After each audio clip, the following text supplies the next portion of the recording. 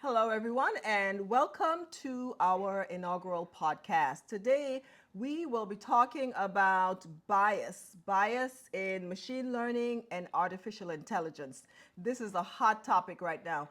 I am Dr. Yuona. I'm a data scientist, and my background is as a statistician. And so there is a lot of overlap as far as statistics and data science is concerned. And it also incorporates a lot of the issues when it comes to bias. And so I often talk with my colleague about that. And so we thought we would share our discussions with you. And so I'd like to welcome my co host. Hi, everyone. So I'm Angelica. As Dr. Yuona mentioned, we both have a passion for bias in data, especially to protect certain underrepresented groups as well. Her extensive knowledge in statistics and my journey through the fields of education and consulting has led us to both share a passion in this area. So we're really excited to share our discussions with you today. So, Dr. Yuona, what is our first question on our agenda for today? Yes, so we're first going to, so the format of our discussions, we're going to talk about what bias is and why it's important. Then we're going to talk about some of the case studies, some examples of actually where bias happened and how, the dangers that it caused. Then we will give some, from our own background, some ways that we use to address bias and minimize bias. And then finally, we'll share with you some things that you can do to kind of take charge of your data and make sure that it's being used appropriately. So the first question that I have for Angelica is, why is this so important? Why is it essential to address the issue of bias in machine learning and artificial intelligence? Well, as you mentioned, Dr. Yuona, in the beginning of our podcast, right? So everybody is aware of Chat GPT and all of these artificial intelligence softwares coming out. And no one is really talking about how biased these softwares can be, right? So in order to make sure that we have models that are accurate and trustworthy, we want to ascertain that the bias is limited. And that starts exactly with data collection, right? Yes, right. That is so important because we take for granted that these AIs are doing such amazing things in all areas of our lives, whether it is in writing or in the art or even being used in medicine, but there is still bias, and we need to be aware of that so that we can mitigate some of the issues. And so now that brings us to the question of how dangerous is it really to have bias in these models? Well, we're going to take you all through some case studies later, but very, very, very dangerous, right? So, bias is when we have an overrepresentation of a certain group or we have an underrepresentation of a certain group. So, for instance, you may have data that's 90% female identifying, but then you create a model that's supposed to do healthcare across both genders, right? And so, this model that's going to predict some type of healthcare intervention was trained on a whole bunch of females, but it was launched to also include males as well, right? So that can be very, very alarming for the males that's receiving a certain healthcare of that nature, right? So when the dangers of these AI machine learning models is who it impacts, right? If we're doing models for this big societal impact and our data is not representative of that population, it can cause great harm. Yeah, exactly. And I like how you were politically correct in making it gender, what you said, Yeah, gender, female female identifying. identifying, right? And so that's an example. But if you think about it, in most cases, it's the other way around, especially when it comes to health. Fortunately, there have been moves to kind of make that less of an issue and recognize that diseases and other issues show up differently for females than they do for males. But unfortunately, a lot of the modeling was done on data that was heavily biased in favor of males.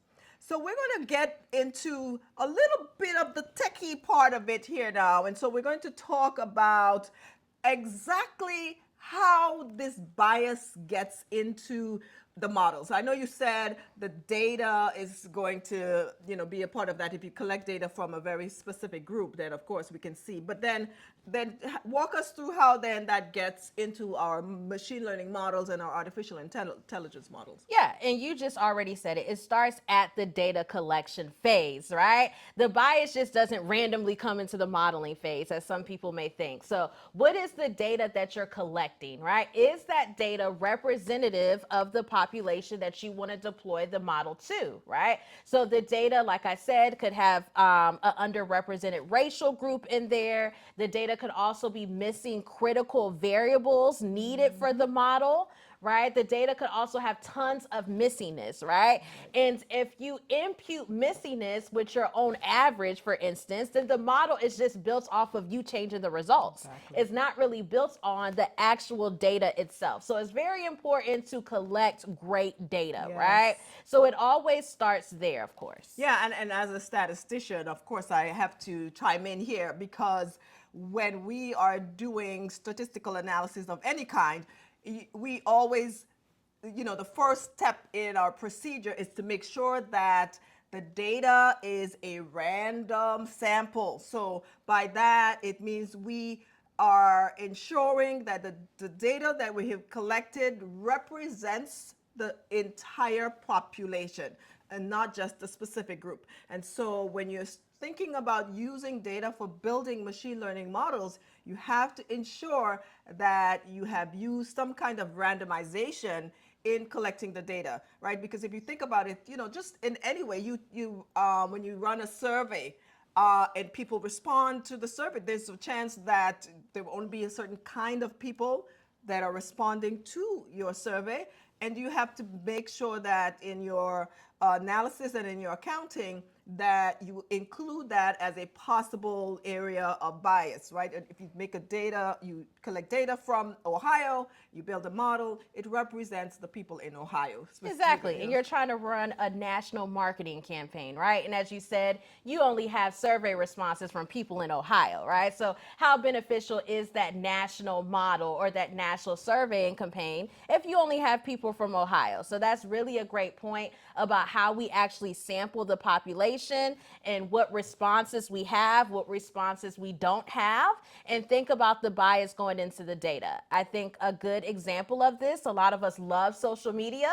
A lot of social media has a certain target audience. So a lot of people want to web scrape down tweets and they want to get some type of sentiment analysis, right? How do people feel about my new product? But Twitter is normally used by a specific demographic. So is that demographic even part of your organization's target audience? Right? So you really have to think about the bias even when you're scraping down data as well. And so you want to, if you can, get data from one platform, from another platform, data from off platform, data from, the high earning income group and the low. Work as hard as you can to make sure that your data is inclusive and representative, because when it comes to bias, there can be sampling bias, there can be exclusionary bias, there can be inclusionary bias, there can be all these different confirmation bias, and that happens when the modeler, the researcher, has a certain bias in their own mind, and so that influences subconsciously sometimes the way that they process the data and model the data. So all of these things we have to be aware of. And of course, there's the bias in some algorithms. The way the algorithm is set up, it is going to be biased. And so you have to be cognizant of all of those things. But we're going to move on. So we talked about how bias can get into our models. So now you're thinking, wait a minute, so that means all the models are biased. Not really. There are things that we can do to minimize bias. We can't get rid of it completely, but if we are aware, there are steps we can take. And so, Angelica, what are some of the steps that you encourage your students to look into when they're considering getting rid of bias? Yeah, that is definitely a great question. And I just want to speak to something that you said that was very important so it can resonate about our own internal biases, right? So that confirmation bias, if you have your own internal bias and you say and you try to make the data say what your own bias or hypothesis is and you're beating the data to get that bias out, that is definitely another way that bias can creeps up. And as Dr. Yuona has said, getting data from different resources, making sure that things are representative of the population. We want to also make sure that we get it in a legal way, right? So we're not telling you to go against a privacy policy, right? There's a lot of third party data that's for sale, things of that nature, right? So there's certain legalities in data governance that you have to consider Yes. when getting these different levels of data, but it's worth looking at it, right? Looking at those legalities to see if you can get the data that you actually need, right?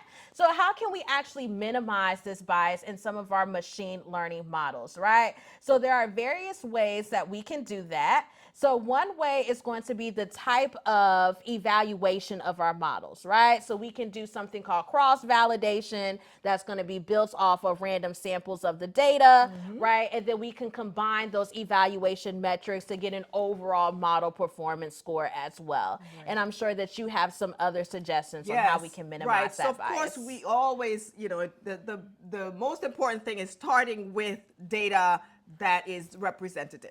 But sometimes it's not always easy to get that, right? Especially when it comes to health data, when we're trying to model disease, invariably there are going to be a smaller group of people who have the disease than those who don't. And so there's imbalance in these data sets.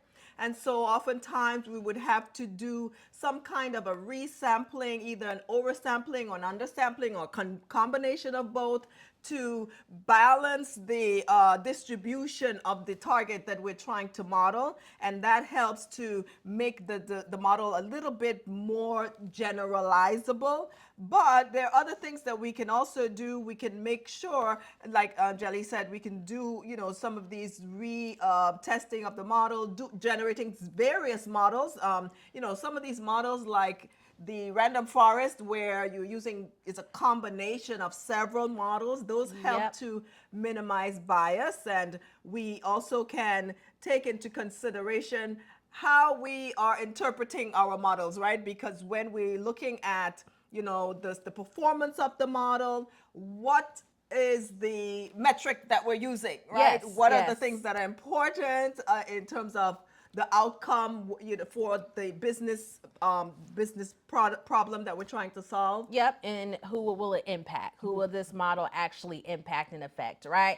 And so, along with that, when we deploy these models in model deployment, your model has to constantly be retrained, right? Yes. So, you can have a certain version of data from 2 months ago that's using the same model and then realize that that data has changed. Either the distributions of the variables have changed, either the client has added another variable in the data set, but you're still using that same model, right? So when data changes, we also have to kind of tune our models to make sure that we're capturing everything that's in that new data set as well. Yes. So it's very important to monitor these things after model deployment, right? So those are some great ways that you can help be aware of bias in machine learning and minimize some of the bias. But the most important step that we both agree on is going to start at that data collection. Data collection. Yes. And what you talked about monitoring the model's performance, that brings us to some examples of times when bias in the data caused real serious consequences.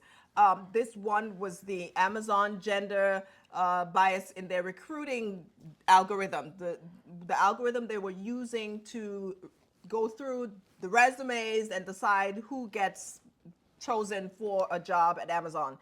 And invariably, they realized that the model was very biased against females. It wasn't built that way. Well, I shouldn't say intentionally, but there were two things.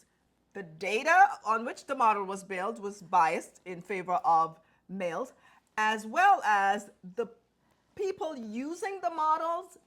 The models are formulas, and they'll churn out what the data says. And if you keep choosing a certain feedback or response from the model will think, well, that's what you want. So whatever the model was suggesting, the men were being chosen over and over and said, oh, okay. And so here again was the case where the model was live and it was in real time adjusting to the preference of the people using the model. And so that caused serious consequences, so much so that it was brought to the attention of the government and they had to get rid of that model. You know, you stop using that model. At least we hope they're no longer using that model. And that's very near and dear to our hearts since we're both female identifying, right? Because the model was trained on pretty much 90% of male applicants, right? So if the model is trained on male applicants, like you said, that's what it's going to search for is those male applicants. So if you do any type of women's community service, work for a women's focus group, or do any type of women empowerment, and you use the word woman or female on your actual resume, it was kicked out Right from away. you obtaining a job at Amazon, right? So that is a way where bias actually impacted, like you said, our economy and ultimately our workforce as well. In a negative way. And there are quite a few others, but just to bring some of these to your attention to make you aware, some of you are probably already aware how serious this are. But there was the incident of the criminal justice system that were using these facial recognition type artificial intelligence to identify, criminals, but it was very biased against people of color, understandably. It was not able to distinguish the person they were supposed to be looking for from another black person. And it was even terrible to the point where it was identifying black females as male and just causing a whole host of problems. And they had to, of course, get rid of that, the use of that artificial intelligence, but not after it had caused, irreparable harm to a lot of people. Yeah, a whole bunch of black people being behind bars, right? Yeah. So we want to intervene before we make a model that can kind of predict this recidivism, right? So that people actually return to jail. Because as you said, it was very biased. Once again, we both identify in the African American community, right? And so therefore, these controversial models such as that, I think I was telling my students, I actually donated my face to one of these models and it only predicted me with 40% accuracy, but then predicted my white colleague with 98% accuracy. Because some of these models were trained on pictures taken at night, right? So it's something as simple as looking at the lighting of your pictures that can really impact your model's performance, right? Because darker skin tones are harder to see at night. Yeah, and they confuse me and you together and me and any of our other African American counterparts. And especially when we make up a small portion of the data set to begin with. Exactly, right? So this was very, very, very alarming, especially since it impacted our justice system. Yeah, and then there's one that's, of course, very close to my heart, given that, I did a lot of work in healthcare. There was an algorithm that was developed by a company for use for the health insurance charges, and the algorithm would constantly associate a higher risk with people of color. Again, that was like a cycle of harm. They were already harmed by the healthcare system. There was already all these health disparities. And then the insurance companies were now charging them higher premiums just because they belong to a particular community. And so they soon realized that someone started looking into the data and realized that regardless of the age or the income or even the health status, Black and other minorities were being put in a higher charge bracket than others with the same issues. So it was only the race that was causing them to be in these brackets and being charged higher. So that was a big problem. Yeah, and like you said, these are models that we built as data analysts and data scientists, right? So getting our internal biases in check, making sure that we do our due diligence to figure out how the data was collected, garbage in, garbage out, how it's going to impact society is very important. So there's a whole host of these scenarios if you go on Google to really look at how these biases have impacted our AI and machine learning models. Yeah. But there are ways that you can take action now to help prevent that bias, right, Yuona? Yes, there are several things that we can do. We're not at the mercy of bias, right? There are things we can do. Of course, again, we're going to keep stressing, driving home the point, making sure your data is as randomly, a sample as possible. And even once you've collected the data, there are things you can do when you are processing the data. Now, as data scientists, data analysts, this is a huge part of the job that we have to do because data can be very messy. And so when we are doing our exploration of the data, we can look into the data and see if there are some imbalances, some biases, some issues, associated with the data, and deal with those on the back end before we actually even start building our models, right? And then even when we're doing the building of the models, we want to, keep looking at the output and analyzing it, critically thinking about the outcome. Who is it affecting? How is this going to impact, the stakeholders and others? And use our judgment in terms of what is going on here and the long-term consequences of some of these the models that we're building. Yeah, so I would recommend that it starts first with checking your own internal biases. There's a lot of tests out here where you can check your own internal biases, that way that you're more aware of it. I also encourage the diversity of data science teams, right? Me and Dr. Yuona have had the privilege of working along teams that were, some were diverse, some weren't as diverse, right? But that diversity of thought is very important. Yes. Because when you have underrepresented groups on your data science teams also generating these models, they're more in tune with some of the biases that may impact them Yes, as well, right. right?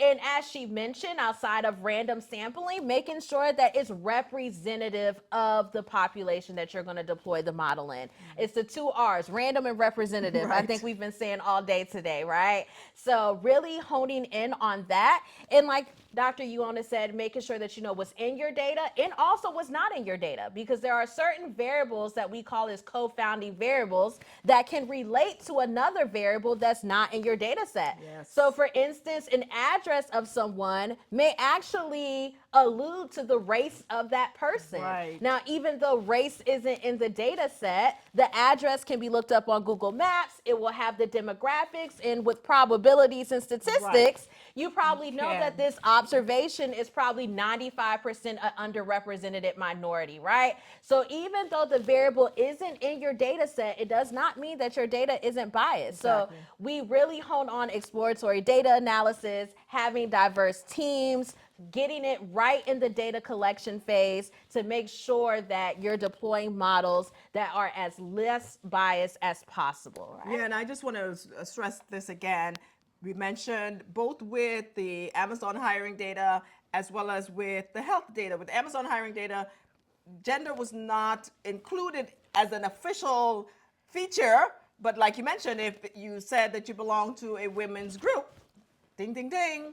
And just like with the race is excluded from a lot of the data set that's used to build these models, but there are certain things that are associated with a certain group that is definitely going to be, cause some issues as far as the data set and bias in the data set is concerned. So those are some of the things that you want to make sure that you are aware of. And again, when it comes to building AI models, machine learning models, there are certain, there's a whole step, right? The process that we go through. And so starting with the right data set, but choosing the right algorithm or the right formula to model the data, that's also important. Angelica and I, we always stress understanding the data, understanding the features, and knowing which model goes with which data set and which target. Then also knowing how to interpret the results of your data and then what are the things that you can do to optimize the model's performance without compromising the integrity of the data. Just going through those kinds of checks, those are important. And we both teach that those things in depth, just covering the surface of it here. But those are some of the things you want to be aware of. Data ethics, data governance, Yeah. data stewardship, all these things are popular topics that we encourage you to do other research on, outside of our discussion to help you think about where bias could potentially be in your data and how you can address that bias as well. And so we love having this conversation for our first podcast, Yeah, right? this was great. So just let's tell some non-tech people, we've been talking, I guess, mostly to the data scientists, data analysts, or budding data scientists, data analysts. But now we want to talk to, because the data belongs to us. It's our data. We're the ones that are generating this data. And so there are things we can do to help minimize bias in these models that are being built on our data. Yeah, there definitely is. I think we talked a little bit about the collaboration, right? And things like of crowdsourcing, right? Yes. So there's a lot of open source projects where people from all walks of life can collaborate on, right? To help people be more aware of data science and whether or not it's being ethically used. Yes, that's right. So collaboration, making sure that we have a team, just like the data should be representative, the data science team should also be representative. And not just the data scientists and the tech, but also non-tech people should be part of the teams that build these models. Then also you as person who's generating data, understanding somewhat how the data is being collected, where it's going, how it's being used, just increasing your own data literacy. And Angelica and I, we both teach courses. In fact, maybe that will be the topic of our next podcast, data literacy. But being aware and understanding some of the issues, not being afraid, don't shy away or don't think to avoid that you won't participate. No, that's not it. You have to be aware and take charge, and you can shift the tide in terms of how AI and machine learning can be more of a benefit to all of us as it is intended. Yeah, I always encourage my students.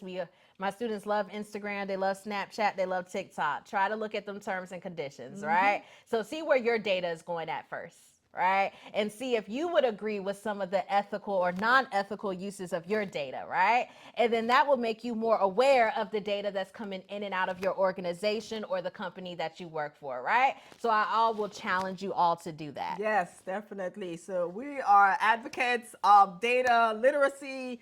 Learn more about your data science, data analytics. It's fun. So join us on this journey, and hopefully we'll get feedback from you. Let us know some questions you may have, other topics you'd like for us to cover. Any kind of feedback you'd like to share with us, we would appreciate. So thank you so much for joining us, and see you next time. Bye-bye.